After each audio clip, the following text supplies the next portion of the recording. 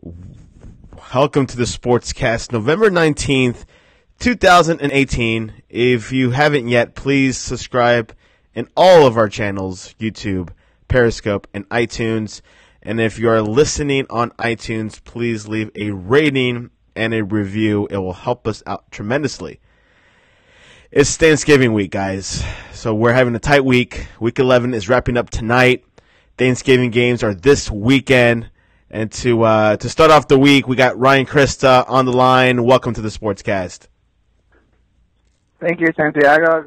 Glad to be talking, recapping some football, some other news, and looking forward to also a great week of sports, also known as Feast Week. It is Feast Week. It's going to be a lot of food, a lot of football, a lot of sports. It runs through the holidays. But let's begin with the Vikings and Bears. Last night, the Bears defeated the Vikings 25-20. Trubisky had a great game. What were your thoughts about this NFC North rivalry? Well, it was, good game, lived up to the expectations. The Bears are just a solid team. Their defense is mean and nasty, and as long as Trubisky, does his job, they don't ask him to do, everything, but they do ask him to do more than, a lot of young quarterbacks, he can run it, one of the leading rushers for quarterbacks in the NFL, accurate passer. And the Vikings, they played well in defense, too, gave them a stiff competition and kept their team in the game while their offense kind of sputtered for most of this game. But, Kirk Cousins did not have the game he would like, but, they need a rebound if they want to, keep on track for the playoffs. But this is a huge statement win for the Bears and puts them in really good position for this division. The division that I think at one time was going to be supposed to be one of the best, the Bears kind of being, the third seed. But, now, with the Vikings kind of middle of the road and the Packers falling fast, and the Bears are cruise control if they can just, don't have any major hiccups the rest of the year. Yeah, the NFC North goes by this: the Bears, the Vikings, Packers, and Lions. Who do you think will get the second spot in the NFC North? Right now the Vikings are in a pretty good position for that, but they don't care about that as long as they want to make sure they can get, if they don't win the division, get one of those two wild cards in the NFC. How do you view Trubisky? Do you view him as a top tier quarterback or a mediocre quarterback? Oh no, not top tier quarterback yet. Still developing quarterback. I think he's in a really good system. Matt Nagy comes from the Andy Reid coaching tree, so with Andy Reid, learn from one of the best, if not the best, play call in the NFL. Puts quarterbacks in good position to make a lot of completions. Easy reads. He's got a long way to go if he wants to be, a Tom Brady or Drew Brees. But for what they need right now, he's perfect. Yesterday, the Redskins quarterback Alex Smith he broke his leg in their loss against the Texans, 23-21. How significant is this loss for the Redskins? It's pretty significant. Alex Smith's having a pretty good year. The Redskins have just had a lot of bad luck. Look up and down their injury wire. They've lost a lot of players for the year, a lot of linemen on both sides of the ball, a couple of receivers, so they're in a pretty tough spot right now. Fortunately for them, this division still isn't that strong, and they still have a chance. The Cowboys are coming on strong. So, they're going to kind of like turn to Colt McCoy for the rest of the year if nothing else changes. But this does leave an open spot, for to sign a quarterback. We'll see what direction they go. If they just, go for, a veteran, quick fix quarterback, or they go elsewhere to fill that quarterback vacancy. Speaking about the Cowboys, has Amari Cooper helped out the Cowboys? It seems like they're on a good run going on. They have been playing well since they got to the team. They stumbled that first game, but now they got 2 wins in a row. they're looking, they're in really good shape right now. Especially with, the Eagles are, a train wreck right now. The Giants are nowhere to be found. They're playing. Obviously, they've won 2 in a row, but, they're too far back. But the Cowboys are in really good shape. As long as they don't have a long losing streak, they keep going forward. I think that, we talk about matchups on Thanksgiving, Cowboys and Redskins, that's a big matchup for momentum going towards the end of the year, especially, how fast can Colt McCoy be able to come in and help the team. There's always this thing about backup quarterback coming in, usually they play pretty well because the defense has been preparing for them. Now that the Cowboys have a week to prepare for Colt McCoy, it'll be interesting to see how well he does on Thursday. The Saints defeated the Eagles 48-7. Are the Saints unstoppable? They are right now. It's funny to think. Week 1, they lose a game to the Buccaneers, a team that's won't be making the playoffs, and now they run 9 or 10 in a row or something along those lines. They are pretty unstoppable right now. They beat the Rams. They're going to win their division. So it's it's kind of up to them and the Rams in the NFC. We'll see how that goes. But what really is striking me about the the Saints is how well their defense is playing right now. It's one thing to score the amount of points they do, but in history, it tells us the Saints usually don't play well on defense. They put all their eggs in the offense, but this is a pretty well-balanced team. And kind of reminds me of that Super Bowl team they had a couple years ago where the defense kept up with the offense in the regards of how well they played. Yeah, the Saints with Kamara, Drew Brees, and the addition to Brandon Marshall. I'm not saying it's Brandon Marshall's reason why they're unstoppable, because they were unstoppable before he came in. But Mark Ingram doing fantastic. It's just one of those teams that are just not looked out. I mean, they're not. They're there, but, there's just like a sleeper sometimes. But this year it seems like they're a threat. They're a force to be reckoned with. And also, yesterday, the Broncos stole a win against the Chargers, 23-22. What's going on with the Chargers? I mean, with the Broncos and the Chargers. Well, that was kind of, as a Broncos fan, I feel like we stole something yesterday, Santiago. I mean, you look at the yards, you look how the game went. Nothing says the Broncos should have won that game, but, they fought hard. They kept themselves close. They, took advantage of a couple of time errors by the Chargers. They gave them a chance to have the ball at the end of the game. And Case Keenum, drove them down the field, and Brandon McManus kicked that winning field goal. But, this year, the Broncos don't have a great record. They're 4-6, but of those 6 losses, a lot of them will come down to the end of the game where they just haven't finished the game well. But yesterday was a different story. They got the stop when they needed to with the help of the Chargers play calling, and they took advantage. That Case Keenum had a couple of long passes, one to Emmanuel Sanders, one to Cortland Sutherland. Put them in, give them a chance to win. So this is a game to cut the Broncos' slim playoff chances alive, but also, put a halt to a very hot 6-2 Chargers team. One of my biggest takeaways didn't happen on the field, but within the stand. This Chargers team, LA, since they moved to LA, has had a hard time building their identity in Los Angeles. They play in a very small football stadium, and a stadium that was, I would say, at least 50% Broncos fans yesterday.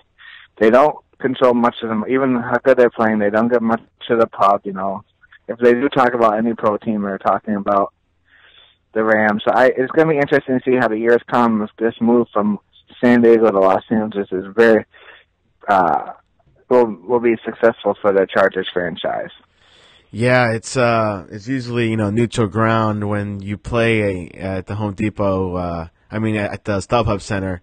So we'll see what happens. I think having 2 teams in LA was too much right off the bat. I think they should start with one.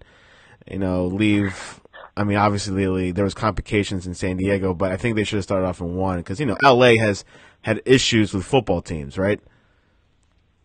Yeah, I mean, they had two one day, now they're gone. You know, when LA, they love the team they love the most is the Southern California Trojans football team. You know, when their SC's going well and, they're doing good, the Coliseum is the place to be. And I just haven't felt, even with the Rams playing well, you look in the stands, and it's still only, I know Coliseum is a huge stadium, but it's still only 75% filled. There's a lot of empty seats. Yeah. I just, I know there are a couple, nothing is going to I'm not going to hold my judgment. I just want to add that fact, but until they build that brand new Mecca Stadium in Inglewood, how the community is going to respond. Once they got one big stadium with two teams, that's going to be where you're going to see if this is going to be successful or it's just going to was one big cash grab for both the Rams and the Chargers to move to LA. You think it's because a lot of outsiders live in LA and that's why, there's not many local domestic fans? There's just not there. LA, every city, major city in the United States has kind of got their calling card with sports.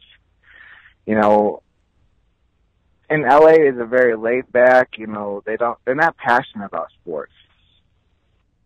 Be the Lakers, and maybe Southern California football. But other than that, it's, they're laid back. They don't get too uptight about the games. They show up to the game late. They leave the game early. It's a weird trend.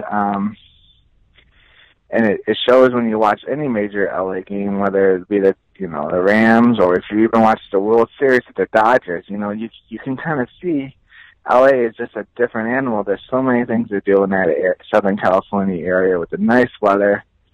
Very similar to Miami. Very similar to Miami in the sense of if you don't put a good product, on the field or court, they're just not going to show up. Yeah, that's a typical situation, I guess, in warmer climates. I know up north, they definitely are dedicated to their teams, no matter if they have a big losing streak or not. They show up. But then you look at a place like Chicago. They may grumble about their Bears or Cubs, but they show up. Because that's the mentality that those cities is that they're blue collar. Doesn't matter what the temperature is outside, they're going to fill up the stadium and they're going to root hard no matter, how good or bad their team is. Let's get into college football. This past weekend, Notre Dame defeated Syracuse 36-3. It was not much of a game, but what were your thoughts? That's quite a statement by Notre Dame. This is probably their last major test before, the end of the season. They have one more game where they're going to show up to play the aforementioned Southern California Trojans. But, SC is not having a great year. So this is a chance, to show the whole country, how good they are against an upstart Syracuse football team that was 8-2 coming into the game. They knocked out Syracuse's starting quarterback early, and Syracuse never had a shot. And I don't think they would have much of a shot anyways, whether Eric Dungy is starting quarterback stayed or not. But I was extremely impressed how balanced this football team is on all sides of the ball. Great run defense, pass defense. They ran the ball well on offense. And Ian Book is so accurate at football, takes care of it. They got good skill positions. This is a very good team. Are they up with Alabama and Clemson? Probably not. But, they're probably going to be the third seed coming into the playoffs. But it's, probably most likely playing Clemson in the first round unless something major happens the next week or so. But I think that'll be a very good game because I think, Clemson is vulnerable because they do have a true freshman quarterback. And another game was really close. Ohio State defeated Maryland 52-51. I mean, what is that? I mean, does that implicate Ohio State a little bit? Yeah, Ohio State's not in a good position right now. Santiago, great effort by Dwayne Haskins and Dobbins to keep themselves in the game and keep their slim, playoff chances, alive with the big game. Literally, the big game against Michigan this week. But this team is a train wreck on defense with all the talent they have. It's not a scheme. They got great coaches. They just, they're inexperienced in the back end. Their linemen haven't performed up to how good they are, but they got ran right over by Maryland on Saturday. But they got the win, so they keep their chances alive. But they're very, very slim chances right now, Santiago. Even though they just have one loss, there's not a lot of positive feelings about this team. And this, on a side note, this committee has definitely reflected their standings a lot on not just winning games, but how you perform while you win games. So that's why you're going to see Ohio State probably be passed by UCF this week. Interesting. We'll see. We'll see what happens this weekend. Florida State defeated Boston College 22-21. Yeah, good win for Florida State. Keeps their bowl chances alive. They got to beat the Gators this Saturday. But it was a kind of a shining light in a bad season for Florida State. Got a long touchdown pass with about 2 minutes left in the game to take the lead, and they held on until the end. And Texas defeated Iowa State 24-10. Yeah, big win for Texas. Puts them in a chance to probably go into the Big 12 championship game to face either Oklahoma or West Virginia. Texas is, they lost their quarterback, Sam Ellinger, but a very good backup quarterback in Shane Bichelle, held the ship together, didn't give Iowa State much of a chance to come back. And just a strong defensive performance by Texas. They came in as a good reputation on defense, but the last couple of weeks have struggled to stop anybody. So it was good to get play well on defense and get that victory. And finally, UCF defeated Cincinnati 38-13. Big win for UCF. Big day for UCF. They're not going to the playoffs. Everybody knows that. Unfortunately, going 2 straight seasons without a loss, and they really have nothing to show for other than probably 2 New Year's 6 bowl games. But Saturday was a day for the Group of 5 to be showcased, to show that there is good football outside the Power 5. With game day coming down to Central Florida, showcase how strong of a fan base they have. It was just a fun day for UCF, knowing that, I don't think Cincinnati had a chance to how, amped up UCF was all day. They just, they have such good athletes. Santiago, they don't have the size to compete with Alabama or Clemson, their athletes, but they're so fast. And that's what makes them dangerous in the Group of 5 is that, while they don't have the big, strong athletes, they're quick and they run good in space and both sides of the ball, But in the end of the day, we know they're not going to the playoffs. But we do know they're a great team and they're a great story. Very great story. Good story. We'll see what happens with UCF. Maybe have a better schedule next year. I think they definitely could build on this momentum they've had these past couple of years. Are you ready for some predictions? Let's do it. Tonight, the big game of the weekend, the Chiefs at the Rams. What a game, Santiago. Interesting, the game being moved from Mexico City to Los Angeles due to field conditions. It's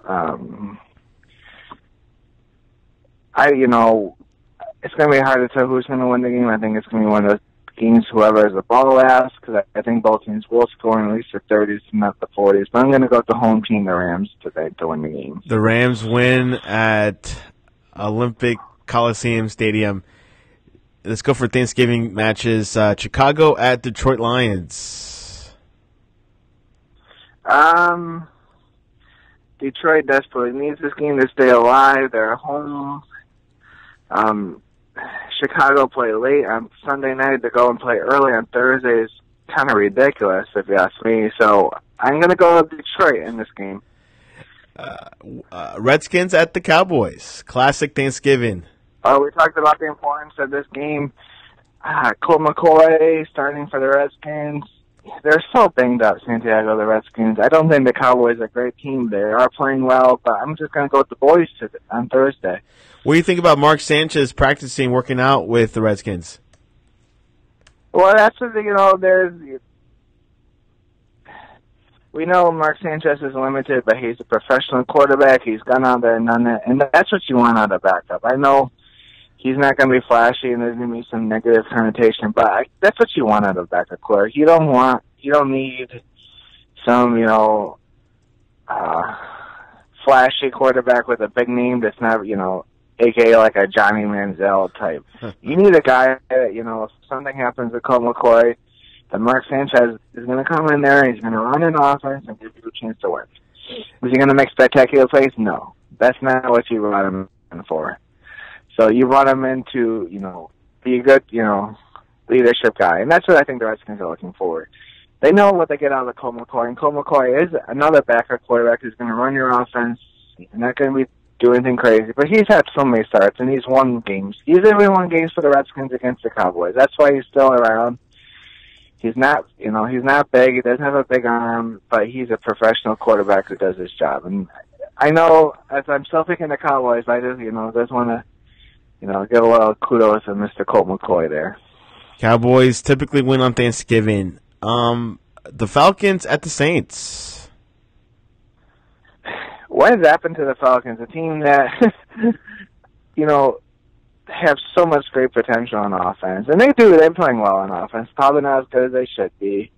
They've had some injuries at defense, but, definitely an underachieving team. But the Saints are just playing so well, and I just can't see anybody beating the Saints right now. Even coming off, a strong emotional game Thursday or Sunday to come and play on Thursday, but the Saints should win. I don't think it's going to be a blowout, but it should be an entertaining Thursday night game on NBC. For Thanksgiving, towards the end, if you're not shopping, you're watching that game. Let's go into college. Oklahoma at West Virginia. Big game Friday night. Little Black Friday football action here. Winner goes to the Big 12 championship game. Home team, West Virginia. I think I'm going to go with the Mountaineers in this game, Santiago. Wow. That's a key matchup, isn't it? They're playing for huge matchup for the playoffs. Huge. Yeah. Washington at Washington State. Another Friday night, Black Friday special. Washington State, magical season, Gardner Minshew. I think an underrated Heisman candidate. I hope he gets to New York. I think, they haven't been able to get over the hump against Washington lately. But I think this year being at home, I'm going to pick the Cougars to beat the Washington Huskies. Ooh. Michigan at Ohio State. The big game. Two one-loss teams. This, game means a little bit more than Michigan because they are in the playoffs and they will be probably the fourth seed going into the game. They haven't beaten Ohio State in a couple of years, so I'm going to go with Big Blue here to beat Ohio State. Big Blue wins. Syracuse at Boston College. Two teams that are limping into this game. Both teams want to get, one more victory before the end of the year. I'm going to go Boston College is at home. I'm going to go out to Boston College to win this game, not knowing the help of Eric Dungy. Boston College wins. And finally, Utah State at Boise State. Another Group of Five special, Santiago. Thank you for letting me talk about this game. Utah State, one of the best stories in college football. Lone loss of the year is opening Friday night game against Michigan State, game where, they played well. They should have won that game. They should be undefeated going to this game playing against a very hot Boise State team who just beat Fresno State at home. Late night, Saturday night special. I recommend all you guys out there, stay up for this game. It's going to be a whale of a football game. Mountain West special here. With that saying, I think Utah State's a great team, a great story. But I am going to go with the Broncos to pull this game out. So Boise State. Boise State wins for the weekend. Ryan, what is your Thanksgiving tradition to end the show? I'm gonna be at home. I got we'll host about 20 to 25 people on Thursday. So we'll have the traditional turkey dinner, some pies, probably turkey dinner during the Lions game, pies during the Cowboys game. That's always what I think of, and hope to stay awake for the Saints and Falcons at the end. That's a tough one, but you probably don't have to worry about it because the first half, it might be determined in the first half. Yes, and then you can't go all in because San Diego, that's a big weekend of football here. And before I even say that, Monday, today, tomorrow, Wednesday, for some late night viewing, there is going to be some great basketball being played in the Kauai during the Maui Classic for college basketball. What a field, San Diego. Gonzaga, Duke, Xavier, Auburn, San Diego State. It's going to be, Arizona. There's going to be some awesome basketball played. My prediction that Gonzaga will beat Duke in the final on Wednesday night. Yeah. College basketball is coming into the picture more and more towards this time of season. During this time of year. So we'll for sure get into more in depth into college basketball. Now that we're going towards I know we got to March. focus on some football, but I just want to add that before. No, that's fine. I mean, this is a sports cast. We could talk about anything with sports related, but yeah, definitely we'll be getting more into college basketball. Ty is definitely college basketball. Ryan is, and of course Justin Riley is the NIT commentator for this season. Oh, boom, Alabama. We don't know. I mean, obviously, they could make it, but you just see like the whole dynamic, of how a college puts more money towards one sport. Obviously, football. But hey, I mean, if I was the executive owner, I'd probably do the same. I mean, that's just an SEC mentality. Yeah. I'll end on this kind of thing, Diego. The little college, but a couple years ago, the SEC mightily struggled. The SEC basketball is really about one team, and that's Kentucky. Yeah. So Greg Sankey, the commissioner of the SEC, was kind of sick and tired of only getting one or two teams into the tournament for a couple of years. Wow. So then he went and brought in Mike Tranghese, who is a former Big East commissioner, was back in the old Big East, was all about basketball. So, they put a lot of, time and money into improving these basketball teams and scheduling. Last year they got 7-8 teams into a tournament. So there is a big difference between your SEC and their mentality. And don't I'm not a big Alabama fan, but Avery Johnson's a great coach, and, I think they're in good hands. So maybe not the tournament this year. They lose Colin Sexton, but, we'll see. We'll see what happens. Ryan, how can people reach you? Probably the best is on Twitter at the Mad Dog Report 18. Mad Dog Report will be busy this week. He's hosting Thanksgiving. He's watching football games, watching basketball. You can't go wrong. And anyways, if you're on YouTube, please subscribe. Periscope, follow us. iTunes, hit that subscribe button. Leave a rating and a review. Ryan, I appreciate you coming on the Thanksgiving week Sportscast. No problem, Santiago. Thanks for having me, and I love you, Mindy and Cleet. Bye-bye.